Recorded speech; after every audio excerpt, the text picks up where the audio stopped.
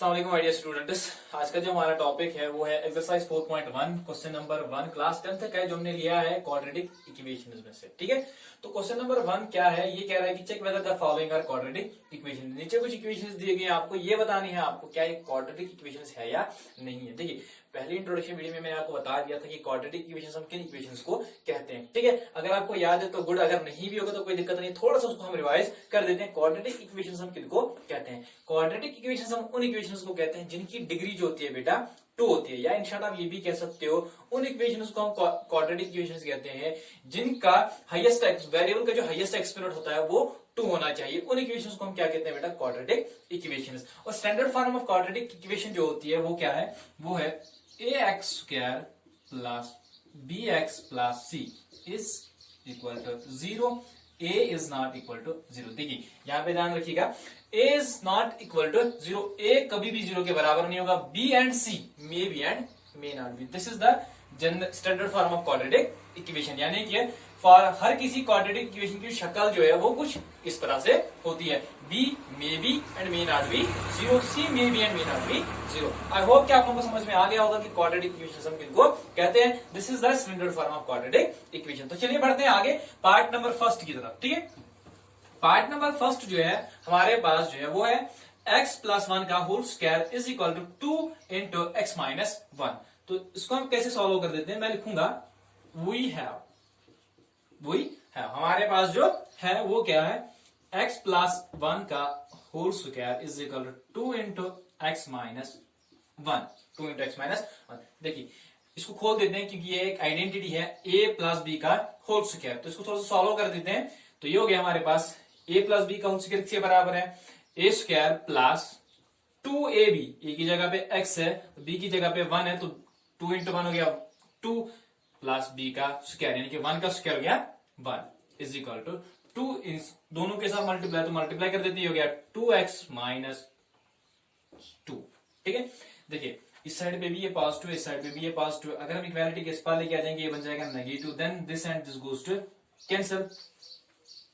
ठीक है, तो विच इंप्लाइज टू ये हो गया x square plus 1 plus 2 is equal to 0, क्योंकि माइनस 2 को इक्वालिटी के इस पार लेके आ जाएंगे। ठीक है, तो यहां पे क्या बचेगा बेटा? X square plus 3 is equal to 0। क्या ये क्वाड्रेटिक इक्वेशन है? Yes, it is a quadratic equation, क्योंकि यहाँ पे a जो है वो 0 के बराबर नहीं है, और इस इक्वेशन की जो डिग्री है, वो भी 2 है। मैंने अभी भी कहा था आपको, जैसे हमने स्टार्ट किया था मैंने आपको कहा था b and c may be 0 और मे नॉट बी 0। यहाँ पे b 0 के बराबर आ सकता है, इसको मैं ऐसे भी लिख सकता हूं बेटा, x square plus 0 into x plus 3 is equal to 0। आ गई ना उसी की शक्ल, है कि नहीं है? अब 0 से किसी को भी मल्टीप्लाई करते तो कोई फर्क नहीं पड़ेगा। आपको यहां से एक चीज समझनी है, क्वाड्रेटिक इक्वेशन के लिए सबसे ज्यादा जरूरी क्या है? एक इक्वेशन की डिग्री जो है वो 2 आनी चाहिए। तो यहां पे इक्वेशन की जो डिग्री है वो 2 है। हम लिखेंगे it is of the form ax square plus bx plus c is equal to 0। हम लिखेंगे therefore the given equation is quadratic equation. अब समझ में आया बेटा? तो यहाँ पे आप लोग क्या सीखे हो? यहाँ पे आप लोगों ने एक ही चीज सीखी है, यानी कि कभी भी किसी भी इक्वेशन को अगर आपको क्वाड्रेटिक बताना है, क्या क्वाड्रेटिक है या नहीं है, उसमें एक्स का जो हाईएस्ट कोएफिशिएंट होना चाहिए, वेरिएबल का जो हाईएस्ट कोएफिशिएंट होना चाहिए वो होना चाहिए 2। तो ये हमारी रिक्वायरमेंट है यहाँ पर। ठीक है, तो चलिए बढ़ते हैं नेक्स्ट पार्ट की तरफ। आई होप कि आप लोगों को ये वाला पार्ट जो समझ में आ चुका होगा। तो जो नेक्स्ट पार्ट है वो क्या है हमारे पास?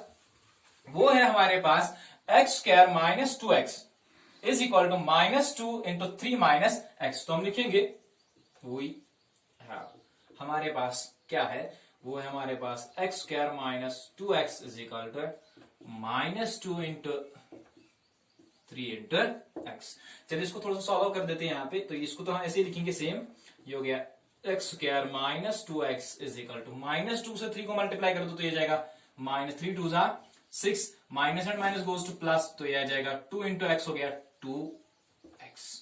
ठीक है बेटा, तो चलिए इसको थोड़ा सा और सॉल्व कर देते हैं। हो जाएगा एक्स स्क्वायर माइनस 2x, इनको यहां पे लेके आ जाते हैं तो ये आ जाएगा प्लस 6, ये आ जाएगा minus 2x is equal to 0, which implies to ये हो गया एक्स स्क्वायर। देखिए यहां पर भी 2x है, यहां पर भी 2x है, minus and minus goes to plus, ये हो गया minus 4x plus 6 is equal to 0। क्या है क्वाड्रेटिक इक्वेशन है? Yes it is a quadratic equation, क्योंकि इसकी जो डिग्री आ रही है वो क्या आ रही है 2 आ रही है, और ये जो फॉर्म में आ रही है किसकी फॉर्म है? स्टैंडर्ड फॉर्म में। हम लिखेंगे it is of the form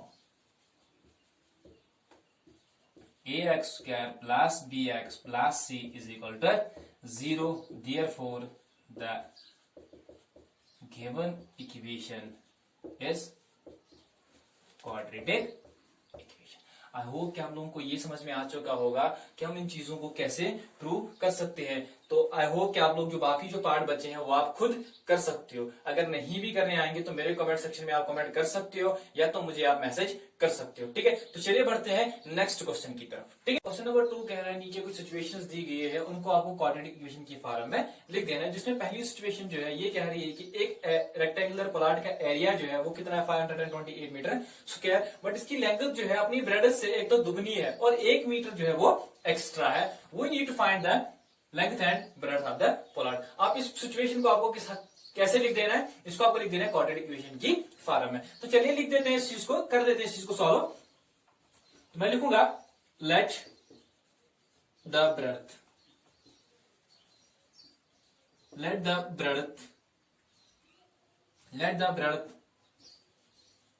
of the plot be x metre. अगर इसकी ब्रेड्थ जो है let the breadth of the plot be x metre, then इसकी लंबाई कितनी होगी? वो तो एक तो ब्रेड्थ से दुगनी है और 1 मीटर एक्स्ट्रा है, देन इसकी जो ब्रेड्थ लेंथ आ जाएगी, then the length of the plot is equal to, वो आ जाएगी दुगनी किससे? ब्रेड्थ से, यानी कि 2x प्लस 1, क्योंकि 1 मीटर जो है ये एक्स्ट्रा है। और ठीक है, उसके बाद एरिया ऑफ रेक्टेंगल आपको दिया गया है कितना है 528 मीटर स्क्वायर, क्योंकि हम जानते हैं एरिया ऑफ रेक्टेंगल जो होता है वो किसके बराबर होता है? वो होता है लेंथ इंटू ब्रेड्थ। मैं लिखूंगा बेटा area of plot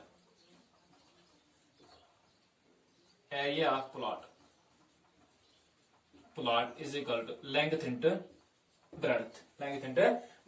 but area of plot जो है दिया गया आपके पास कितना है 528 मीटर स्क्वायर। ये मैं लिखूंगा 528 मीटर स्क्वायर। लेंथ कितनी है इसकी? x इंटू ब्रेड्थ कितनी है 2x प्लस 1। सही है कि नहीं है? मैंने कुछ गलत लिखा? कुछ भी गलत नहीं लिखा। देखिए एरिया ऑफ रेक्टेंगुलर प्लॉट जो होता है वो किसके बराबर होता है? Length into breadth. But area of rectangular plot दिया गया 528 और यहाँ पे लेंथ इंटू ब्रेड्थ के बराबर भी होता है, यानी कि यहाँ नहीं कि 528 किसके बराबर होगा? x इंटू 2x प्लस 1 के बराबर होगा। चलिए इसको थोड़ा सा सॉल्व कर देते हैं हम।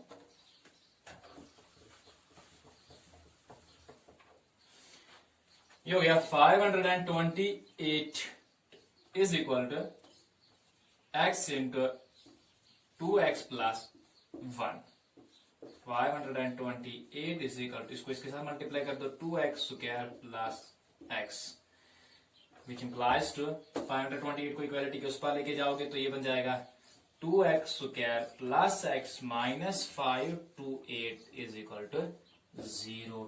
This is the required quadratic equation. क्योंकि आपको इस इक्वेशन को ही लिखना था किसमें? क्वाड्रेटिक इक्वेशन की फॉर्म में लिख देना है। Then this is the required quadratic, this is the required quadratic equation. अब इसमें आप लेंथ एंड ब्रेड्थ भी निकाल सकते हो, या तो आप फैक्टराइजेशन मेथड की मदद से आप इसके x के वैल्यू निकाल सकते हो, या तो कंप्लीटिंग स्क्वायर की मदद से, या तो आप क्वाड्रेटिक फार्मूला की मदद से आप इसके जो है x के वैल्यू जो है वो लेंथ एंड ब्रेड्थ जो है वो निकाल सकते हो। आई होप कि आपको ये वाला पार्ट जो है ये पार्ट जो है समझ में आ चुका हो। चलिए बढ़ते हैं नेक्स्ट पार्ट की तरफ। ठीक है, तो चलिए ये हमारे पास situation second, the product of two consecutive positive integers is 306, we need to find the integers. एक तो हम इस सिचुएशन में क्या करते हैं, सिचुएशन को क्वाड्रेटिक इक्वेशन की फॉर्म में लिख देना है। दूसरा हमें क्या करना है, we need to find the integers. वो इंटीजर्स क्या होंगे, कहते हैं ये जो सिचुएशन ये कह रही है कि हमारे पास दो कंसेक्यूटिव इंटीजर्स है, पॉजिटिव इंटीजर्स है। यहाँ पे ध्यान रखिएगा पॉजिटिव इंटीजर्स है। जैसे अगर हम पॉजिटिव इंटीजर्स को आपस में मल्टीप्लाई करें तो उनका प्रोडक्ट क्या आ रहा है, 306 आ रहा है। We need to find the integers, वो इंटीजर है क्या। तो मैं लिखूंगा सोल्यूशन में, let the two consecutive positive integers b x and x plus 1 respect. अब यहाँ पे कंसेक्यूटिव जो है, कंसेक्यूटिव का मतलब होता है लगातार आने वाला, जैसे कि 2 3, इनको हम कहते हैं कंसेक्यूटिव, यानी कि लगातार आने वाले। मैंने कहा एक जो है इसमें हमारे पास जो कंसेक्यूटिव टू इंटीजर्स है वो एक तो x है और दूसरा जो होगा x प्लस 1 होगा, x प्लस 1 होगा according to question, according to. अब क्वेश्चन क्या कह रहा है बेटा, इन दो कंसेक्यूटिव इंटीजर्स को जैसे हम आपसे मल्टीप्लाई करें, इनका प्रोडक्ट कितना आ रहा है बेटा, वो आ रहा है 306। तो यानी कि ये आ जाएगा x into x plus 1 is equal to 306। ये हो गया x square plus x is equal to 306। चलिए 306 को इक्वालिटी के इस पार लेके आ जाते हैं, ये बन जाएगा x square plus x minus 306 is equal to 0। तो ये तो होगी इस सिचुएशन को हमने रिप्रेजेंट किया किसमें, क्वाड्रेटिक इक्वेशन में। अगर आपको चाहिए कि आप लोगों को क्या करने हैं, इंटीजर्स निकालने इसके, ठीक है, तो आप निकाल सकते हो with the help of factorization method. चलिए इस वाले पार्ट में मैं आपको दिखा दूंगा कैसे आप इसके इंटीजर्स जो है वो निकाल सकते हो with the help of factorization method. तो सबसे पहले इसको फैक्टराइजेशन मेथड कर देते हैं। इसमें से हम क्या निकालेंगे, इंटीजर्स निकाल देते हैं, ठीक है। तो सबसे पहले इसको इसके साथ मल्टीप्लाई कर दो तो यह आ जाएगा 306, जैसे कि आपको पता ही है। तो यह हम इसको हम कैसे लिखेंगे, यह आ जाएगा एक्स स्क्वायर प्लस 306। ऐसे कौन से दो नंबर है जिनको अगर हम मल्टीप्लाई कर देंगे तो वो हो जाएगा 306, बट प्लस कर देंगे तो वो आ जाना चाहिए जो यहां पर है, यानी कि 1 आ जाना चाहिए। तो ऐसे है हमारे पास plus 18x and minus 17x minus 306 is equal to 0। ये ऐसे दो फैक्टर्स हैं 306 के, जिनको अगर आप प्रोडक्ट कर दोगे तो वो क्या बन जाएगा, 306 बन जाएगा। और जैसे आप इनको ऐड कर दोगे तो वो आ जाएगा ये, ठीक है बेटा। तो चलिए इसमें से हम रिग्रुपिंग कर देते हैं, इन दोनों को अलग से कर देते हैं, इन दोनों को अलग एक ग्रुप बना देते हैं। इनमें से कॉमन क्या जाएगा बेटा, वो आ जाएगा x, तो अंदर क्या बचेगा x प्लस 18। इनमें से ऐसा कुछ कॉमन निकाल दो, जैसे कि यहाँ पे ये बचा x प्लस 18, तो यहाँ पर भी वही आ जाना चाहिए। तो यहां से हम माइनस 17 को बाहर लेके आ सकते हैं, माइनस 17 अंदर बचेगा x 17, यहाँ पे बचेगा ये आ जाएगा x माइनस बाहर निकाल दे तो यहाँ पे बचेगा प्लस। तो मैं लिखूंगा यहाँ पे 18, 17 इंटू 18 हो गए 306, क्योंकि 17 जो हमने वो बाहर निकाल दिया इज इक्वल टू 0। तो यहां से x प्लस 18 जो है वो बाहर आ जाएगा, अंदर क्या बचेगा x minus 17 is equal to 0। अब x की जो वैल्यूज क्या होंगे, या तो ये 0 के बराबर होगा या तो ये 0 के बराबर होगा। हम लिखेंगे if x plus 18 is equal to 0 then x is equal to minus 18। देखिए हमें x माइनस 18 हो ही नहीं सकता। क्यों नहीं हो सकता, क्योंकि हमें नीड है पॉजिटिव इंटीजर्स की। तो यहाँ पे क्या आ रहा है, नेगेटिव, तो ये यहाँ पे रिजेक्ट हो जाएगा। अब बचा ये x minus 17 is equal to 0, x is equal to 17। तो यहाँ पे एक इंटीजर जो होगा वो कितना होगा, यहाँ पे हमने लिया था x की वैल्यू क्या है 17, और जो नेक्स्ट इंटीजर होगा, जो सेकंड इंटीजर होगा वो कितना होगा 70x प्लस 1 जो हमने लिखा था सेकंड वाला। तो x की जगह पे आप वैल्यू दोगे 17 प्लस 1 हो गया 18। वो जो दो कंसेक्यूटिव पॉजिटिव इंटीजर्स होंगे वो क्या होंगे 17 और 18। अगर आप इन दोनों को मल्टीप्लाई कर दोगे तो वो क्या आ जाएगा बेटा 306। और वो क्या आपको ये पार्ट जो है समझ में आ चुका होगा। चलिए बढ़ते हैं नेक्स्ट पार्ट की तरफ। तो चलिए ये हमारे पास सिचुएशन थर्ड है। सिचुएशन थर्ड क्या कह रही है, सिचुएशन थर्ड कह रही है Rohan's mother is 26 years older than him. The product of their ages 3 years from now will be 360. We would like to find Rohan's present age. कहा जा रहा है कि रोहन की मदर्स माँ की जो एज है वो रोहन से रोहन की जो माँ है वो रोहन से 26 साल बड़ी है।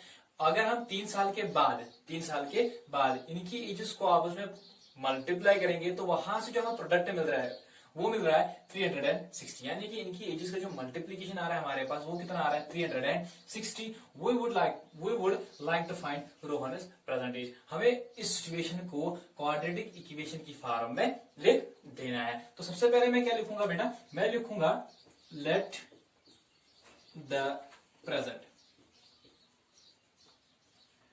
present age of Rohan. Let the present age of Rohan be X years. क्योंकि यहाँ कहा जा रहा है रोहन की मदर जो है वो रोहन से 26 साल बड़ी है, 26 साल बड़ी है। तो ये पहली सिचुएशन है, ठीक है। देन अगर रोहन की जो प्रेजेंट एज है वो कितनी है, X है, देन रोहन की माँ की एज कितनी होगी, then Rohan's then the mother's age हम लिखेंगे सीधे, then the Rohan's mother's age, then the mother's age, then the mother's age is equal to Rohan की माँ रोहन से 26 साल बड़ी है तो रोहन की मदर्स एज कितनी होगी, X plus 26 years,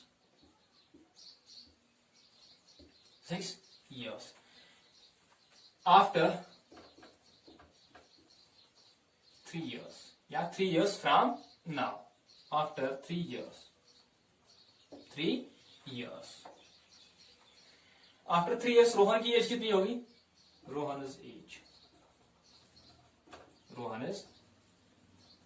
is equal to present age जितनी थी 3 साल के बाद कितनी होगी, X plus 3 years, mother's age कितनी होगी,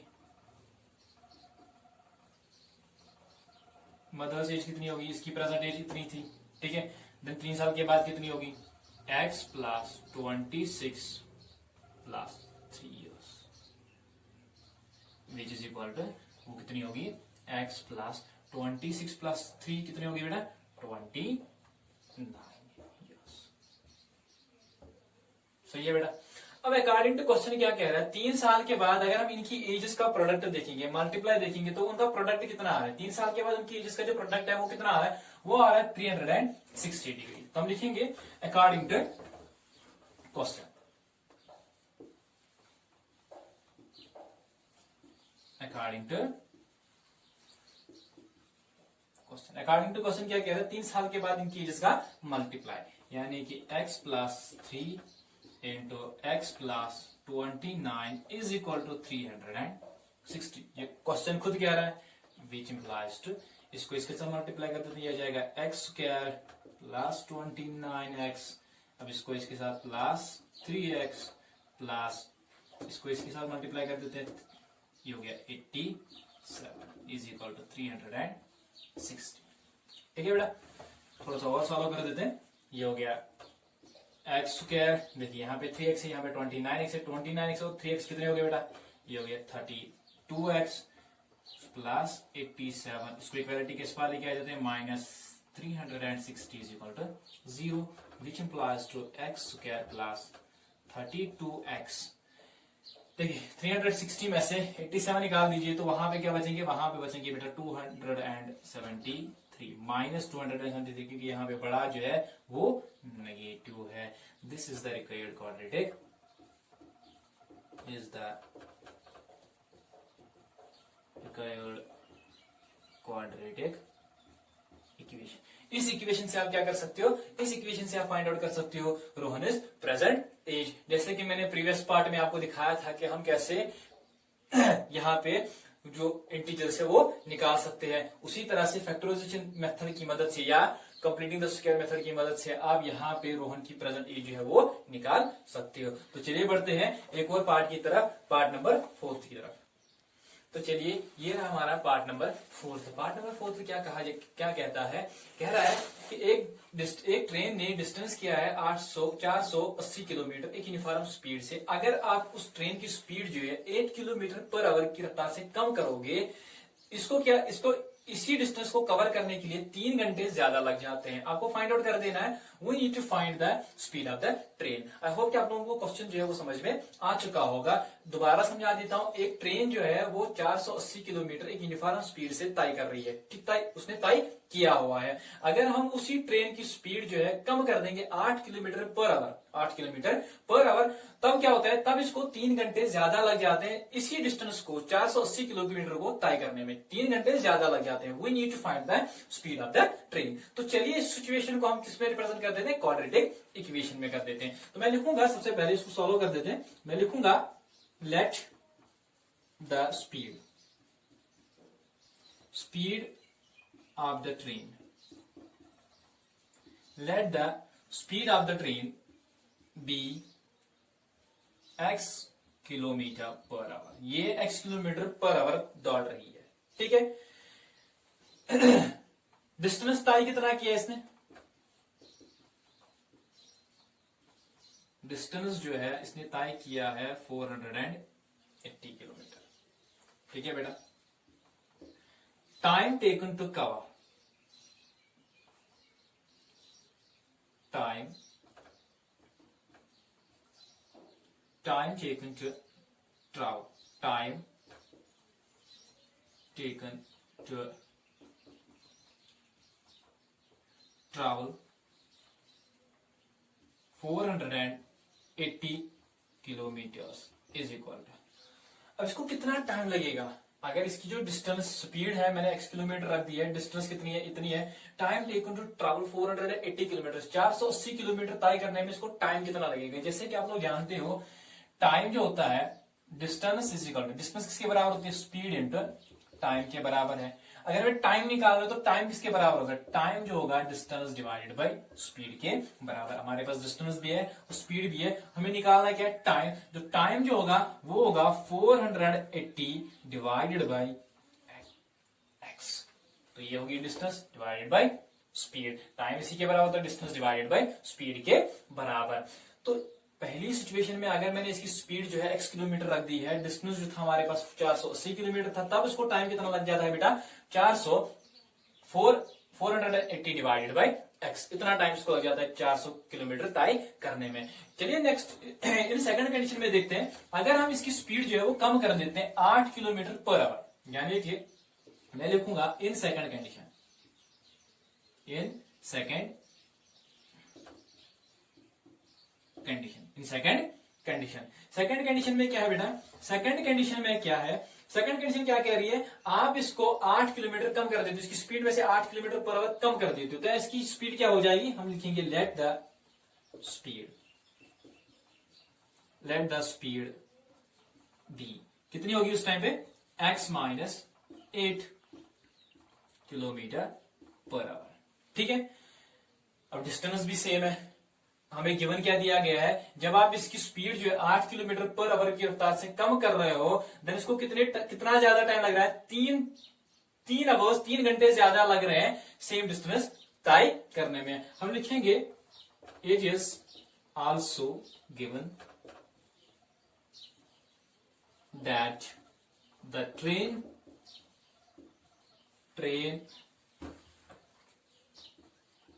will take 3 hours more to cover the same distance।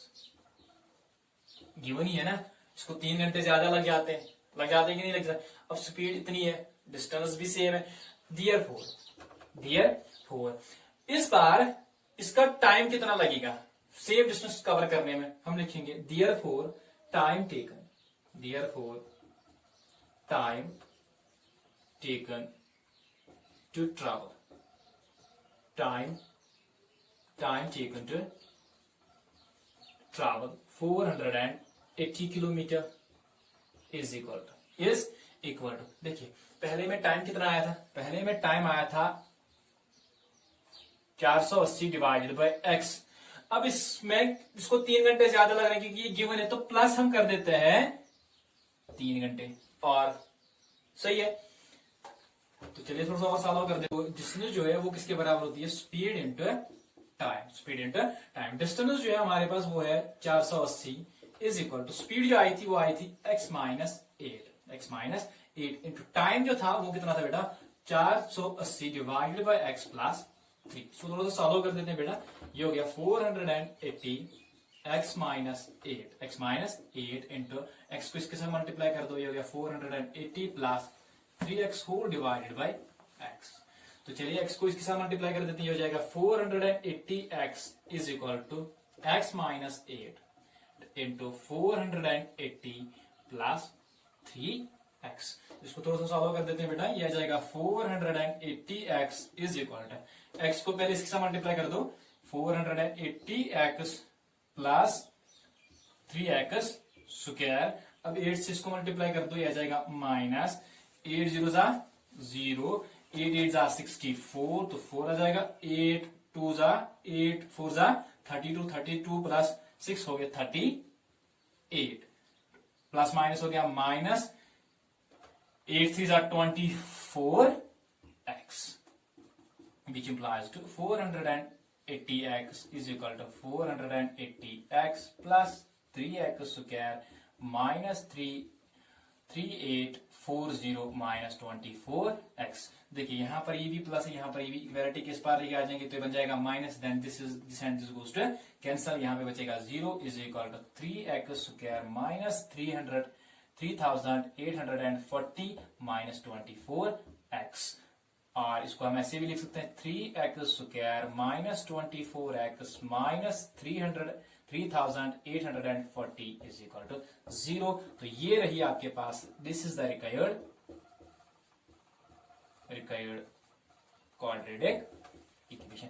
I hope कि आप लोगों को समझ में आ चुका होगा, ठीक है। तो चलिए नेक्स्ट टॉपिक में, नेक्स्ट वीडियो में मैं आपको सिखा दूंगा एक्सरसाइज 4.2। तब तक के लिए अल्लाह।